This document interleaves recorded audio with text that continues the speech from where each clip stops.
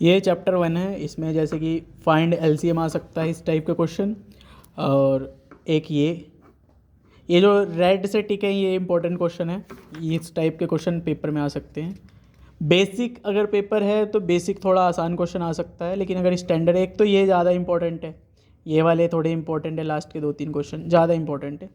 Basic में कई बार ये भी पूछ लेता है क्योंकि सिंपल सा क्वेश्चन है, और अगर स्टैंडर्ड है तो आपका ये 6th क्वेश्चन पूछ सकता है।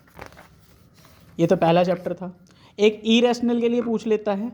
इरेशनल अगर वो पूछ रहा है तो अगर वो ये पूछेगा सिंपल सा कि √3 बता दो, √5 बता दो इरेशनल है कि नहीं, तो वो बेसिक में पूछ सकता है। और अगर स्टैंडर्ड पूछना है तो -3 इस टाइप का क्वेश्चन दे देगा, जैसे ही 5 - √3 इरेशनल है कि नहीं, है ना, इस टाइप का।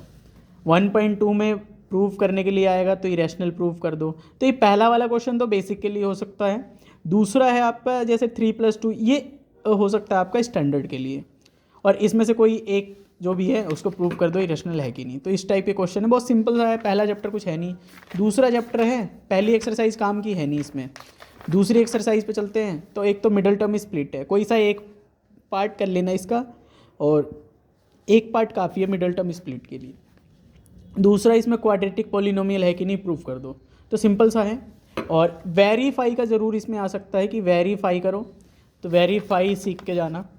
और तीसरा चैप्टर है लीनियर इक्वेशन। लीनियर इक्वेशन में क्या है कि लीनियर में क्या क्या पूछ सकता है। देखो, इक्वेशन बनाना भी तुम्हें ही पड़ेगा। पहले तो क्वेश्चन इस टाइप से आएगा, इक्वेशन भी आप बनाओगे, और इक्वेशन को कौन से मेथड से सॉल्व करना है वो भी आप करोगे। तो पेपर में ऐसा नहीं है कि वो आपसे बोलेगा कि भाई ऐसे करना है, वो आपको बोल देगा भैया खुद से करो। इस टाइप का क्वेश्चन आ जाएगा। डिफरेंस 2 में 26 नंबर का है, इस टाइप का क्वेश्चन दे सकता है। जैसे कि एक कोच वाला क्वेश्चन इंपॉर्टेंट है, टैक्सी वाला इंपॉर्टेंट क्वेश्चन है, ये फ्रैक्शन वाला इंपॉर्टेंट है, ये क्वेश्चन इंपॉर्टेंट है। और ओके, हाँ, इस टाइप का भी क्वेश्चन दे सकता है कि 2x+3 है, इसके 2 सॉल्यूशन निकालो या यूनिक सॉल्यूशन निकालो, एलिमिनेशन मेथड से करो या सब्स्टिट्यूशन मेथड से करो। तो अगर वो बोलता है तो ठीक है, नहीं बोलता है तो जो मेथड आपको इजी लगता है उस मेथड से आप उसको सॉल्व कर सकते हो। ठीक है। अब जैसे ये क्वेश्चन है 5 ईयर्स अगो, एक ये क्वेश्चन बढ़िया है, और एक सम ऑफ नंबर्स ये बढ़िया है। आपसे ये लाइब्रेरी वाला क्वेश्चन पूछ सकता है। इंपॉर्टेंट तो लास्ट के 3-4 है, पर ये ज़्यादा इंपॉर्टेंट क्वेश्चन है, इसको कर लो बढ़िया से। ठीक है। 4th चैप्टर में चल रहे, 3rd चैप्टर हो चुका है। 4th ऐसा है कि जैसे कि फैक्टराइजेशन मेथड से इसके सॉल्यूशन निकालो, ये क्वेश्चन पूछ सकता है। ये एग्जांपल है, एग्जांपल 3। दूसरा रूट इस टाइप का क्वेश्चन आ सकता है। और क्या आ सकता है, हाँ, इस टाइप का क्वेश्चन आ सकता है। ये दे देगा या रूट में दे देगा, बोलेगा इसको सॉल्व करो, सिंपल सा है। जो गोले हैं रेड से वही वाले। इनमें क्या है कि ये जो 6th क्वेश्चन है ये इंपॉर्टेंट क्वेश्चन है, एक अल्टीट्यूड वाला क्वेश्चन है। कई बार ये दे देता है, और कई बार जैसे कि बेसिक का है तो ये 3rd क्वेश्चन दे देगा। स्टैंडर्ड में ये लास्ट के 2 देने के चांसेस ज़्यादा रहते हैं। 4.3 बहुत आसान है, इसमें k की वैल्यू फाइंड करना ज़रूर आएगा आपका। और इन तीनों में से कोई एक सा, जैसे कि 3rd वाला है, 3rd वाला आपसे पूछ लेगा ये पॉसिबल है या नहीं है, या आपसे ये पूछ लेगा क्या ये पॉसिबल है या नहीं है। ये 2 क्वेश्चन ज़्यादा इंपॉर्टेंट है, और एक k वाला क्वेश्चन इंपॉर्टेंट है। 5th चैप्टर में देखो, पहली एक्सरसाइज काम की नहीं है, आपको चलना है सीधे 5.2 में। ये टिक मार्क में ऐसा एक क्वेश्चन आ सकता है कि भैया बताओ, सब कुछ दिया हुआ है, एक वैल्यू फाइंड कर लो। दूसरा बॉक्स आ सकता है, 1 नंबर का आ सकता है, एक बस, उससे ज़्यादा कुछ नहीं। इसमें आपको एक ये आ सकता है कि 9th टर्म ये है, 20th टर्म ये है, इस टाइप से क्वेश्चन आ सकते हैं। जैसे 17th टर्म और ये टर्म इतना है। एक 12 क्वेश्चन इंपॉर्टेंट है, AP का 100 का डिफरेंस है, ये कर लेना। एक इस टाइप का क्वेश्चन आ सकता है कि हाउ मैनी 3 डिजिट नंबर, ये 3 डिजिट का नंबर हो सकता है, 5 डिजिट का हो सकता है, ये करना आना चाहिए। या फिर 100 से लेकर 500 के बीच में कितने नंबर्स हैं आपके जो 4 से डिविजिबल है, 5 से डिविजिबल है, 6 से हैं, जैसे ये 14 क्वेश्चन है, मतलब इस टाइप का आएगा। सेम क्वेश्चन कई बार नहीं आते, एक जैसे ही आ जाते हैं उसके लाइक क्वेश्चन आ जाते हैं, और वो आपको सॉल्व करना पड़ता है। ठीक है। जैसे सुब्बा राव क्वेश्चन आ सकता है, रामगली का क्वेश्चन आ सकता है। ये क्वेश्चन प्रैक्टिस कर लेना, बहुत कुछ सिंपल सा है, ज़्यादा कुछ है नहीं। फॉर्मूला पता होना चाहिए। एक तो SN का फॉर्मूला आपको पता होना चाहिए, AN का फॉर्मूला आपको पता होना चाहिए कि भैया क्या है, सम ऑफ n टर्म्स क्या है ना। और एग्जाम्पल्स इसके इंपॉर्टेंट है, थोड़े थोड़े एग्जाम्पल। 5.3 में क्या है, 5.3 में बहुत क्वेश्चन है। आपका जो ज़्यादा इंपॉर्टेंट है, एक इस टाइप से क्वेश्चन है आपके एग्जाम में ज़रूर आता है, ये स्टैंडर्ड वालों के लिए बता रहा हूँ मैं, कि nth टर्म फाइंड करो, ये इक्वेशन दे देगी और आप सोचोगे ये कौन से चैप्टर से, बहुत ही खतरनाक क्वेश्चन बन जाता है इससे।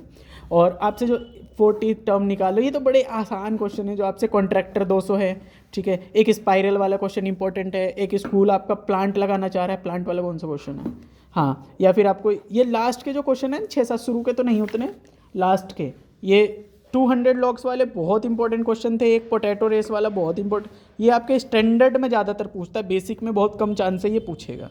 तो स्टैंडर्ड वाले ज़रूर ये लास्ट के क्वेश्चन करके जाएं और बेसिक वाले शुरू के ये क्वेश्चन करके जाएं, क्योंकि स्टैंडर्ड में ही ये आ सकते हैं, बेसिक में आने के चांसेस ना के बराबर। ट्रायंगल पे आते हैं, छठा चैप्टर है।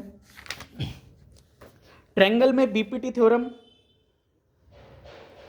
पढ़ के जाना, यही एक इम्पॉर्टेंट है इस चैप्टर से, और कुछ भी नहीं है पूरे चैप्टर में। और जब भी आप ये चैप्टर करते हो, ट्रायंगल करते हो या किसी को भी प्रूव करना होता है, तो आप गिवन, टू प्रूव, ये सारी चीज़ें करो अच्छे से, और ये बताओ कि कौन सी चीज़ कैसे फाइंड की जा सकती है। सिंपल तरीके से बता दोगे, अपने आप मार्क्स मिल जाएंगे इसके।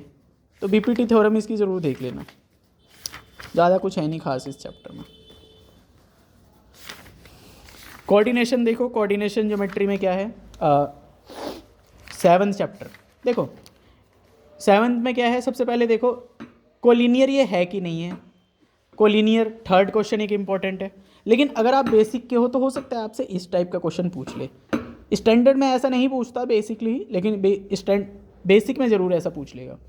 एक आपसे ये पूछ लेगा इन तीनों में से कि किस टाइप का, जैसे कि पॉइंट्स दे देंगे, 3 पॉइंट्स दे देंगे, बोलेंगे किस टाइप का क्वाड्रिलेटरल है, तो आप तीनों का सोल्यूशन निकालोगे ये फॉर्मूला रख के, और आप बताओगे कि ये किस टाइप का क्वाड्रिलेटरल, रेक्टेंगल है, स्क्वायर है, या क्या है। तो ये 3 से 5 नंबर का ऐसा एक क्वेश्चन आ सकता है, मतलब ऐसा क्वेश्चन जरूर आएगा जो आपको फाइंड करना होगा क्या है।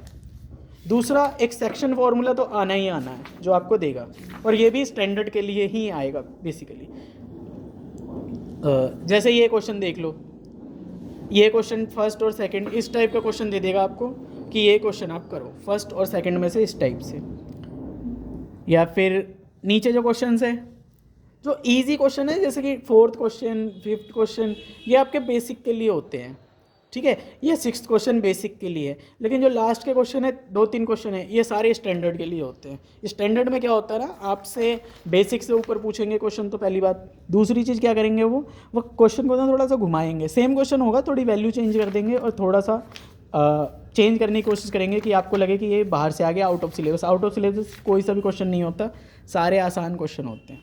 देखो, अगर आप इस चैप्टर में आओ, अब ट्रिग्नोमेट्री, ये सबसे खतरनाक क्वेश्चन लगता है। अब देखो, बेसिक वालों को ना डरना नहीं है इस चैप्टर में, इसमें बस आपको साइन, कॉस, टेन, कॉट, है ना, इनकी 2-4 की वैल्यू बस याद करके जाओ। किस किस की वैल्यू करनी है, एक तो 30 डिग्री कर लो, 45 की कर लो और 60 की कर लो, बस। इससे ज़्यादा आपको 90 पे याद नहीं करना है, इसको आपको 0 डिग्री पे याद नहीं करना है, बस 30, 60 और 45, बस इतने पे अगर याद कर लोगे ना आप, तो समझ लो आपका काम हो गया। इसमें आपको आएंगे कैसे, बेसिक में किस टाइप के क्वेश्चन आते हैं, बेसिक में आ जाएगा आपको कैलकुलेट करो इससे बाकी टर्म्स, आपको ऐसा दे दिया, साइन ए की वैल्यू ये है, आप एवेल्यूएट करो, बाकी चीज़ें कैलकुलेट करो, तो ये आपको दे देगा बेसिक में। वही आप स्टैंडर्ड में आ गए तो आपको ये क्वेश्चन 7th टाइप का दे सकता है, 8 टाइप का, ये सारे स्टैंडर्ड वाले क्वेश्चन हैं। बेसिक में क्या देगा आपको, सीधे ये जैसे पहला क्वेश्चन है, ये बेसिक का क्वेश्चन है, स्टैंडर्ड में ना के बराबर ये क्वेश्चन आएगा। तो अगर आपने बेसिक ले रखा है तो आप वही क्वेश्चन ज़्यादा प्रैक्टिस करो जो बेसिक वाले, स्टैंडर्ड वाले को मत छुओ, क्योंकि क्वेश्चन नहीं आता है, खामखा की मेहनत करने का कोई वो नहीं है। हाँ, इनमें से आप सिर्फ 30, ये फाड़ रखा है बच्चे ने, 30, 45 और 60 का याद कर लो, बस इतने से काम हो जाएगा बेसिक वालों के लिए। स्टैंडर्ड वाले हो तो भी आप इतना ही याद कर लो, बाकी यूजिंग तो इसी से आ जाएगा। अब देखो, ये क्वेश्चन है, जैसे ये पहला पूरा क्वेश्चन है ना, ये पूरा क्वेश्चन आपके बेसिक वालों के लिए, बस इनकी वैल्यू डाल दो और सॉल्व हो जाएगा। वही आपको अगर स्टैंडर्ड है तो आपको ये थर्ड पार्ट दे देगा, सेकंड पार्ट दे देगा, थर्ड पार्ट, कि ये सॉल्व करके दिखाओ ये आया कैसे, और ये 2 नंबर में आ सकता है, ज़्यादा नहीं। जैसे ये क्वेश्चन, इस टाइप का क्वेश्चन आपको स्टैंडर्ड में आएगा, बेसिक में ये कभी नहीं आता।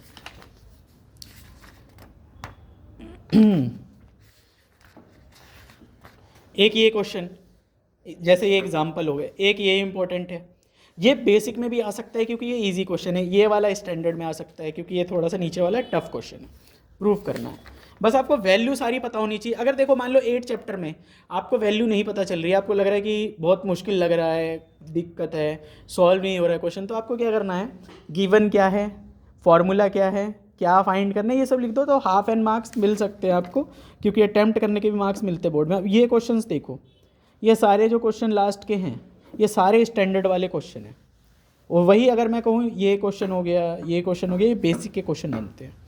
तो स्टैंडर्ड वाले ये लास्ट के क्वेश्चन जरूर करके जाएं, बहुत इंपॉर्टेंट है। नाइन्थ चैप्टर में क्या है कि आपको अगर एक एग्जाम्पल इस चैप्टर का ना बहुत इंपॉर्टेंट है नाइन्थ का, वो एग्जाम्पल मैं बताता हूँ क्या है। हाँ, इस टाइप का बेसिक में क्वेश्चन आता है कि टावर दे दिया, उसकी हाइट ये दे दी, आपको बस थीटा पता होगा तो आप सॉल्व कर दोगे, 2 मिनट में सॉल्व हो जाएगा और आपका आंसर आ जाएगा। ये जब है जब आप बेसिक वाले हो। और स्टैंडर्ड का एक था इसमें, बहुत ही अच्छा क्वेश्चन है स्टैंडर्ड का, दिखता है तो मैं बताता हूँ। हाँ, ये शैडो टाइप का आ सकता है इसमें, ये स्टैंडर्ड के लिए आ सकता है शैडो, कि भी शैडो है, ये देखो आप।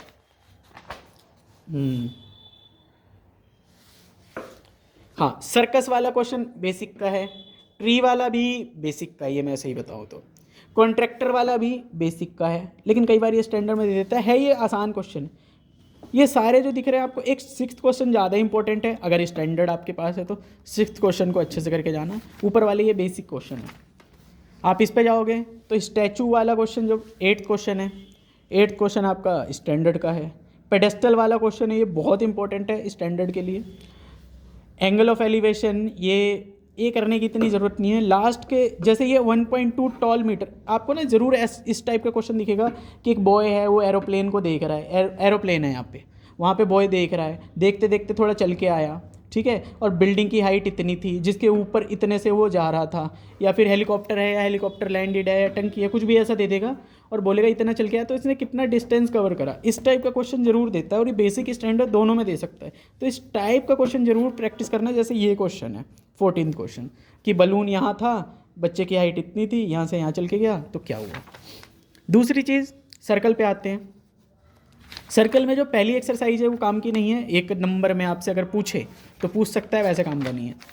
सेकंड एक्सरसाइज में चलें अगर, तो सेकंड में क्या है, ये जो शुरू के क्वेश्चन दिख रहे हैं सारे बेसिक वाले क्वेश्चन हैं, और ये 2 से 3 नंबर में आ सकते हैं। बेसिक वालों के लिए 1 नंबर का क्वेश्चन भी 3 का दे देते हैं, स्टैंडर्ड वालों के लिए 3 नंबर का क्वेश्चन भी 1.5 नंबर में देते हैं, ये ध्यान रखना। पेपर बहुत ही ज़्यादा लेंदी आता है मैथ्स का, तो ज़रा सा भी मत सोचना कि भाई हो जाएगा लास्ट तक, नहीं। 1 आवर में आपको नहीं भी तो 30 मार्क्स का कर ही लेना है, फिर अगले 1 आवर में आपको फिर से 30 मार्क्स का कर लेना है, ये कोशिश करनी है इतनी। दूसरी चीज़, जो लास्ट के कितने बचेंगे, 1 आवर बचेंगे ना, उसमें आपको 40 से 50 मिनट में आपको फिर से 20 मार्क्स का कर लेना है, क्योंकि इसी एवरेज से चलोगे, घड़ी जरूर लेके जाना। और 10 मिनट में आपको चेक करना है पेपर। कई बार ये 10 मिनट मिलते नहीं है चेक करने को, क्योंकि लास्ट तक यही रहता है। क्यों? क्योंकि आपसे कोई मिस्टेक होती है, क्वेश्चन पे आप अटक जाते हो, उसी को करते रहते हो और वो सॉल्व नहीं हो पाता, और जब क्वेश्चन ही सॉल्व नहीं हो पाएगा तो उसी क्वेश्चन पे अटके रह जाओगे, तो ये ध्यान रखना। ये जो लास्ट के क्वेश्चन है, जैसे कि 9th क्वेश्चन हो गया, बहुत इंपॉर्टेंट है, 10th क्वेश्चन हो गया। अब ये जो 12th क्वेश्चन है, ये स्टैंडर्ड में आता है, बहुत बार आता है स्टैंडर्ड में, तो बेसिक वाले इस क्वेश्चन को सॉल्व ना करें 12th, क्योंकि बेसिक में ये आने के चांसेस नहीं है। लेकिन ये क्वेश्चन बहुत इंपॉर्टेंट है, ये प्रूफ कर दो, सर्कम स्क्रिबल दे देगा आपको, बोलेगा ऐसा ऐसा है कर दो, एक ये क्वेश्चन दे देगा, तो ये भी स्टैंडर्ड के लिए ही है। बेसिक के लिए जैसे कि 4th क्वेश्चन हो गया, 5th क्वेश्चन, 6th क्वेश्चन, ये बेसिक वालों के लिए ज़्यादातर होता है ना। ये लास्ट के जो 3-4 क्वेश्चन है स्टैंडर्ड के लिए होता है और बढ़िया क्वेश्चन होता है। तो इस तरीके से आपको करना है। एरिया रिलेटेड टू सर्कल में आपका एक ही एक्सरसाइज है, और स्टैंडर्ड के लिए तो ये थोड़ा सा लग सकता है कि लास्ट क्वेश्चन से स्टार्ट करो। देखो, एक तो आपका राउंड टेबल इंपॉर्टेंट क्वेश्चन है, ठीक है। अम्ब्रेला वाला ये बेसिक का भी हो सकता है, स्टैंडर्ड का भी हो सकता है, क्योंकि ये मीडियम क्वेश्चन है। दूसरा ब्रॉश वाला, ये क्वेश्चन एक इंपॉर्टेंट है, ये भी स्टैंडर्ड के लिए है, क्योंकि कैलकुलेशन लेंदी हो सकती है, इसके लिए स्टैंडर्ड में देते हैं इसे। हाँ, ये हॉर्स वाला क्वेश्चन ज़्यादा बढ़िया है। हॉर्स वाला क्या करता है कि आपको बेसिक स्टैंडर्ड दोनों में दे सकता है, तो ये ज़रूर करके जाना। और जो शुरू के 3-4 क्वेश्चन हैं 3rd से लेकर 6th तक, एक तो ये बुक बहुत ज़्यादा ख़राब चल रही है जिसकी है, ये 3rd से 6th तक ना सारे ये स्टैंडर्ड वाले क्वेश्चन हैं, तो आप ना करो, 1st 2nd जरूर क्वेश्चन कर लो, ये बेसिक वाले क्वेश्चन है। तो बेसिक और स्टैंडर्ड में मैं फ़र्क भी बताता चल रहा हूँ, कौन से आपको सॉल्व करने हैं कौन से नहीं करने। एरिया रिलेटेड टू सर्कल पे आओ। इसमें सबसे मेन चीज़ है भैया आपका फॉर्मूला। अगर आपने फॉर्मूला कर लिया इस चैप्टर में तो आपको डरने की ज़रूरत ही नहीं है।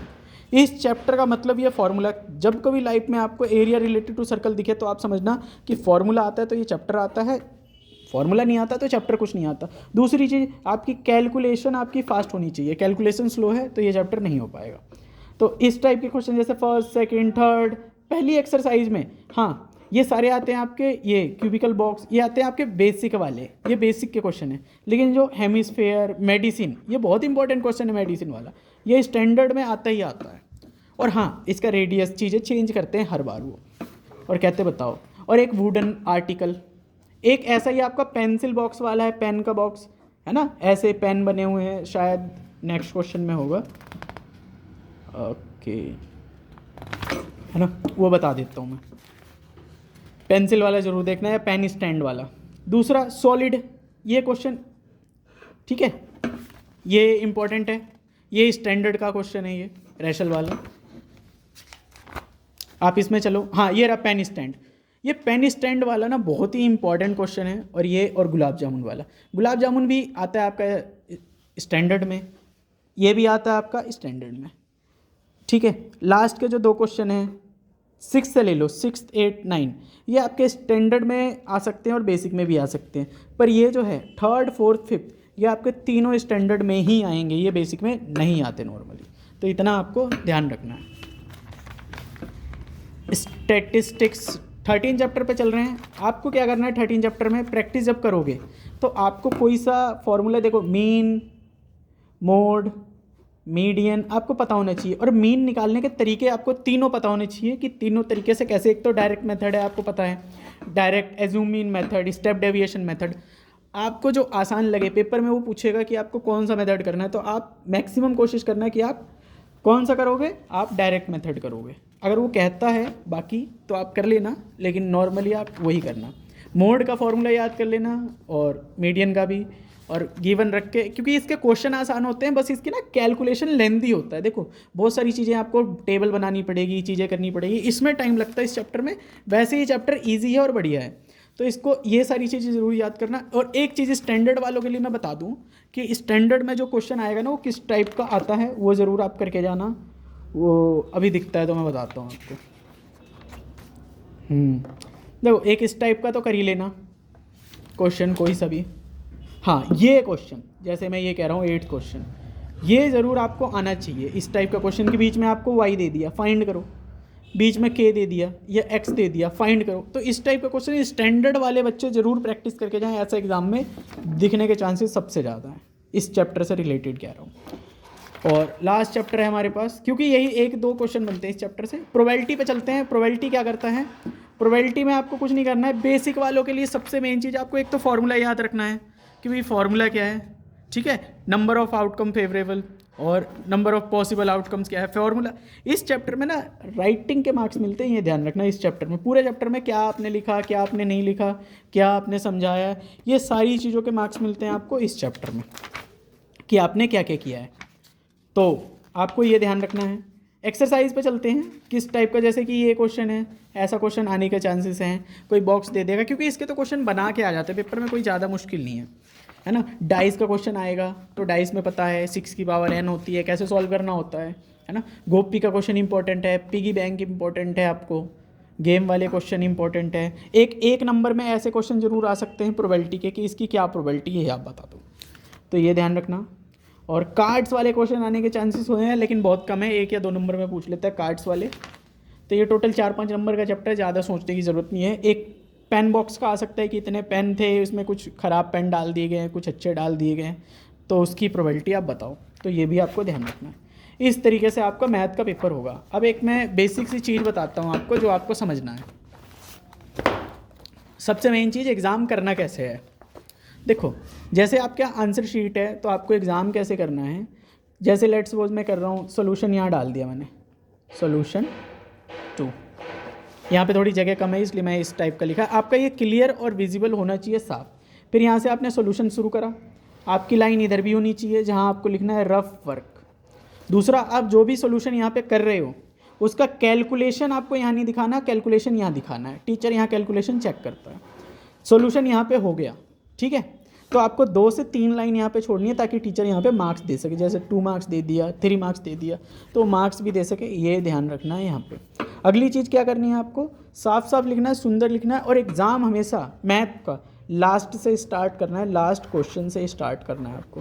पहले क्वेश्चन पे नहीं जाना है, लास्ट क्वेश्चन। जैसे कि मान लो आपके पास 38 क्वेश्चन है टोटल एग्ज़ाम पेपर में, तो आपको पहले 38 क्वेश्चन अच्छे से आता है तो आप वो कर दो, या 37 आता है वो कर दो, या लेट सपोज आपको 35 आता है सबसे अच्छा लास्ट से, तो आप सबसे पहले 35 करोगे ताकि टीचर इंप्रेस हो जाए स्टार्टिंग में ही कि हाँ इस बच्चे को क्वेश्चन अच्छे से आता है। एक तो साफ साफ लिखना, कैलकुलेशन अच्छा करना, और अगर कहीं गलती हो जाए, जैसे कि क्या मिस्टेक होती है, आप क्या करते हो, ओवर राइटिंग तो करते हो, क्रॉस कितना करते हो। जैसे मैंने लिख दिया 65/2, इसको सॉल्व कर रहा हूँ ऐसे, यहाँ पे मत इसको काटो, आप साइड में रफ वर्क में इसको काट दो। दूसरी चीज़, लेट सपोज मेरा 65 की जगह मैंने 63 लिख दिया और मुझे 65 लिखना, तो मैं बच्चे क्या करते हैं, ऐसे बॉक्स बना के ये ऐसे काटेंगे, ऐसे बिल्कुल भी नहीं करना, मार्क्स नहीं मिलता इससे। अगर 63 लिख दिया आपने तो हल्की सी लाइन ऐसे डाल दो और 65 लिख दो, क्योंकि आप इधर कटिंग कर ही नहीं रहे हो, साइड में कर रहे हो, टीचर समझ जाएगा कि इधर इसने काटा नहीं है, ये मिस्टेक हो गई। लेट सपोज पूरा पेज गलत हो गया आपका, तो आप हल्की सी ऐसे लाइन डाल दोगे, ब्लू पेन से, रेड से कुछ भी नहीं करोगे एग्जाम में, ब्लू पेन से डाल दोगे और अगले पेज पर बढ़ जाओगे। जो क्वेश्चन लगता है आपको कि सॉल्व नहीं हो रहा है, लेट सपोज यहाँ तक सोल्यूशन उसका आना था, ठीक है, आपसे हुआ नहीं है, तो आप छोड़ के यहाँ पे नेक्स्ट क्वेश्चन की तरफ बढ़ जाओगे, यहाँ पे करना शुरू कर दोगे। क्वेश्चन नंबर साफ साफ डालना है, अच्छे से डालना है, और कैलकुलेशन सबकी साइड में लिख देनी है। लाइन अगर यहाँ पे डली हुई नहीं है तो आप डाल दो, डली हुई है पहले से तो कोई इशू नहीं है, कैलकुलेशन यहाँ करना है, ईजी करना है, साफ करना है। और मैथ के पेपर में टाइमिंग का सबसे मेन चीज़ ध्यान रखना है आपको, क्योंकि 3 आवर्स बोलते हैं लेकिन वो कम से कम 3.5 पौने 4 घंटे का पेपर होता है, तो आपको 3 घंटे में करना है। तो 3 घंटे में जब ही होगा जब आप पेपर को अच्छे तरीके से कर सको। तो आई होप कि वीडियो समझ में आ गई होगी कैसे क्वेश्चन करने हैं और एग्ज़ाम कैसे सॉल्व करना है। पेपर के लिए all the best, thank you.